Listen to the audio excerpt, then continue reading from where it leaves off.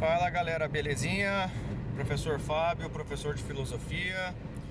Hoje eu tô fazendo um vídeo dirigindo, então não vou ficar olhando pra câmera não, beleza? Mas um assunto muito importante, né? Vamos trocar uma ideia aqui enquanto eu volto pra casa, né? Eu trabalho em outra cidade, tenho bastante tempo pra pensar durante o caminho aqui. E eu estava pensando a respeito dos nominalistas, a respeito da querela dos universais, a respeito, né, da navalha de Ockham, do Guilherme de Ockham. E eu queria trocar uma ideia sobre isso de uma maneira bem original. Eu percebo que muita gente não fala algumas coisas que eu vou dizer aqui, né? Eu geralmente faço vídeos com ideias bem originais e com reflexões minhas mesmo, né? Ou seja, sou totalmente responsável por aquilo que eu digo. Eu não estou pegando de alguém que fez algum vídeo e copiando. Não é bem assim, tá? É através dos meus estudos e minhas reflexões, meus devaneios. Então vamos lá. Por que é importante falar a respeito da querela dos universais, do nominalismo, né, da navalha de Ockham? Por que é importante essa parada toda? Porque ela vai gerar um debate na Idade Moderna, porque o Guilherme de Ockham, que é o grande responsável, né, pelo nominalismo, por esse debate da querela dos universais e tudo mais, pela navalha e tudo mais, ele vai gerar um grande debate, até mesmo dentro dos escolásticos. O próprio Tomás de Aquino vai ser um escolástico que ele é um realista moderado. Então ele não é um nominalista, né? Já o Guilherme de Ockham é um nominalista. O Tomás de Aquino faz parte da alta escolástica, mas o Guilherme de Ockham, ele está ali quase, pelo menos na transição entre a idade média para a idade moderna, que daqui a pouco entra Descartes e tudo mais, vai vir Hume, né? Tem Locke, e esses caras vão influenciar o Kant. O Kant que eu coloco aí pelo menos no mínimo no top 3 dos grandes filósofos da humanidade, tá? Então, poxa, é um assunto muito pertinente. Se você não sabe o que é nominalismo, a querela dos universais, etc., eu sugiro que você procure mais a fundo, porque aqui eu vou falar de uma maneira bem resumida e trazer uma problemática que poderia ser facilmente resolvida pelos cristãos, mas só um filósofo do século XVII chamado Baruch Spinoza que poderia resolver essa parada. Mas eu digo resolver pro lado cristão, porque pro lado cético e ateu não resolve não, tá? Ele resolveria então em partes, pro lado de quem concorda e quem gosta dos escolásticos, por exemplo. E vamos lá. O Guilherme de Ockham, ele chamou de nominalismo, né? Nominalismo vem de nome, nomear as coisas, né?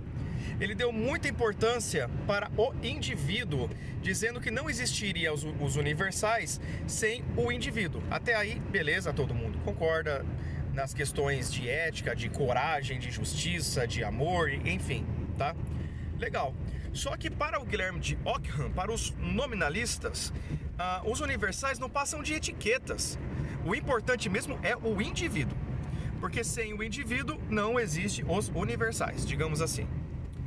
Só que para os realistas moderados, como o próprio Tomás de Aquino, como eu já disse aqui, existe uma essência nisso e que precisa ser levada em consideração, porque a questão da coragem, da justiça e dentre outras coisas, o conceito de humanidade, óbvio, é preciso ter a figura humana e do indivíduo, legal, ele concorda com isso, mas ele vai falar que não são apenas etiquetas, como que o Ockham, ele tenta, através do nominalismo, empurrar isso pra gente, né? Porque eu vejo o Guilherme de Ockham como um cara que ele tenta simplificar as coisas. Por isso da navalha de Ockham, tá?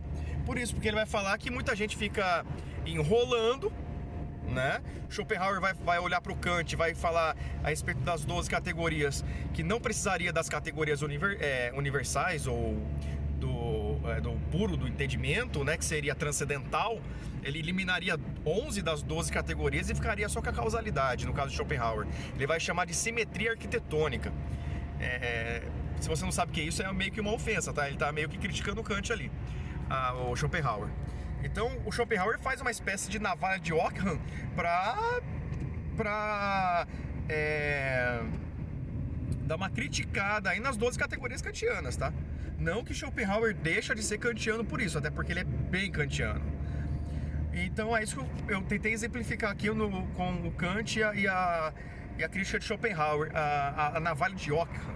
É claro que se eu fosse levar aí para um ridículo, digamos assim, para um exemplo ridículo, pensa numa tia sua que envia um áudio de 9 minutos, mas ela poderia ter reduzido isso a 30 segundos. 1 minuto, 1 minuto e meio.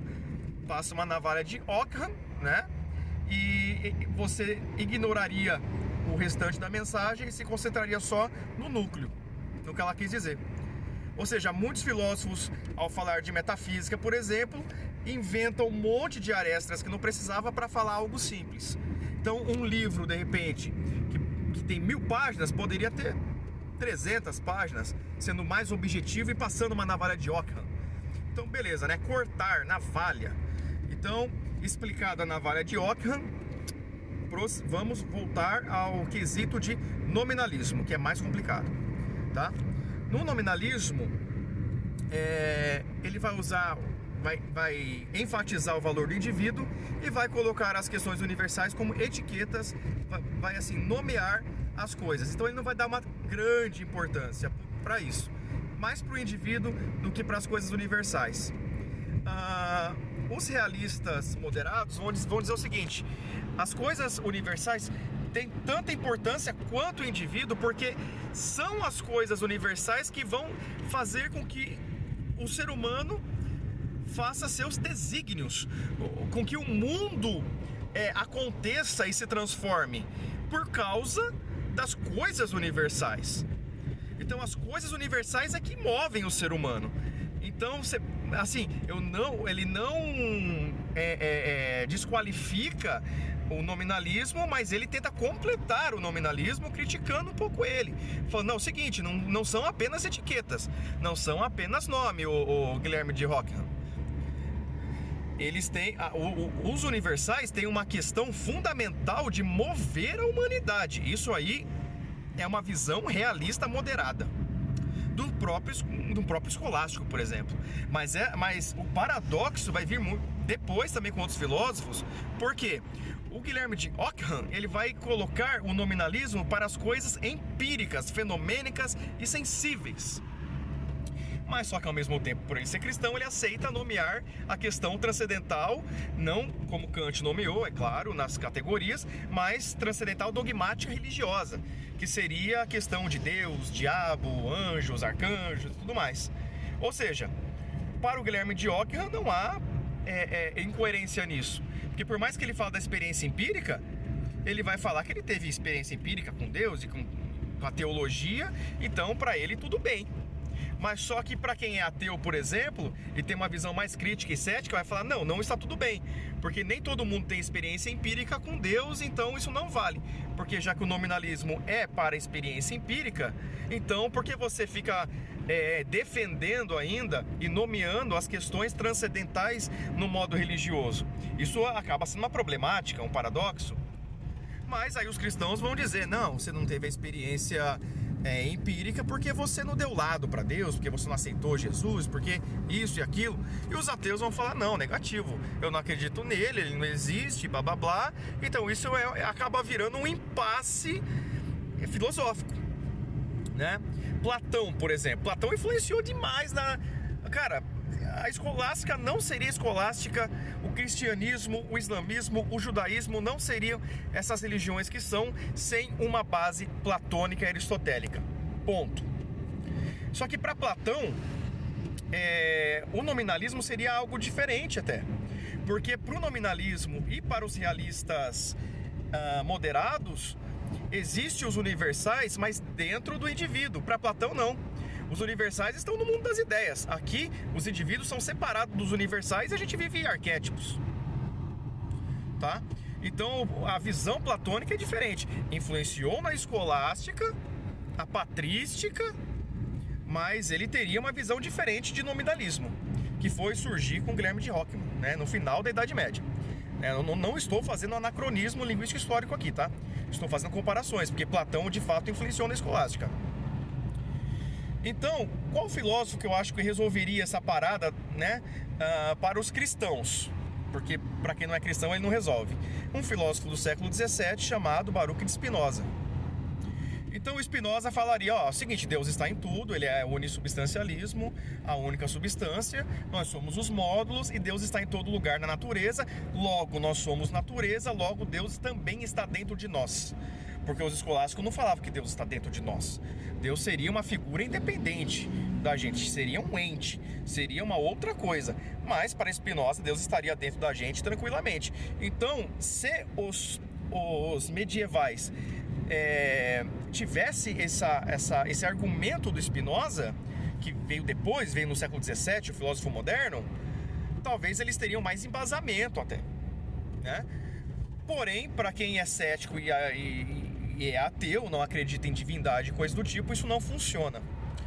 E não sou eu que estou dizendo isso, é um debate que vai cruzar gerações, tá?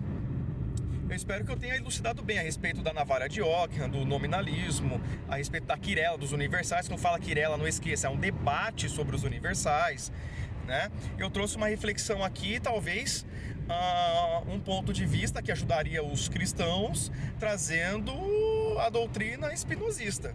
Só que aí é aquela, né? Os cristãos vão pegar só essa parte da doutrina espinosista ou vai pegar o panteísmo também? Claro que eles não vão querer pegar o panteísmo. Então, assim, é uma questão bem complicada, bem problemática. E eu resolvi trazer isso porque esse debate vai influenciar Hume, que vai influenciar Kant, né? Locke vai entrar nisso também, né, cara? E o Kant vai influenciar Fichte, Schelling, Hegel, Schopenhauer. Daqui a pouco vem Nietzsche. Enfim, né? A quirela dos universais, eu quero deixar aqui para vocês. Estudem, é muito bacana. Complexo, mas bacana, tá? Eu tentei simplificar no máximo, assim, porque o negócio é trash, tá? Beleza? Então é isso. 12 minutinhos aqui, pelo menos, que eu ganhei de reflexão, dirigindo, e espero ter colaborado com você, colaborado com suas perspectivas. Se eu esqueci de alguma coisa, pode ser que eu coloque aí nos comentários, ó, galera, esqueci disso no vídeo aqui, ó, poderia ter dito isso para exemplificar melhor. Acontece, às vezes eu encerro um vídeo e falo, nossa, esqueci de falar aquela parada, tá? Então dá uma olhadinha nos comentários aí, vê se eu esqueci alguma coisa. Pode acrescentar algo também, questionar algo, discordar, não tem problema, porque isso são interpretações minhas, reflexões pelo qual eu tenho total responsabilidade sobre elas. Beleza? Então é isso, gente. Eu acho que eu falei o que eu tinha pra falar. Valeu, um abraço.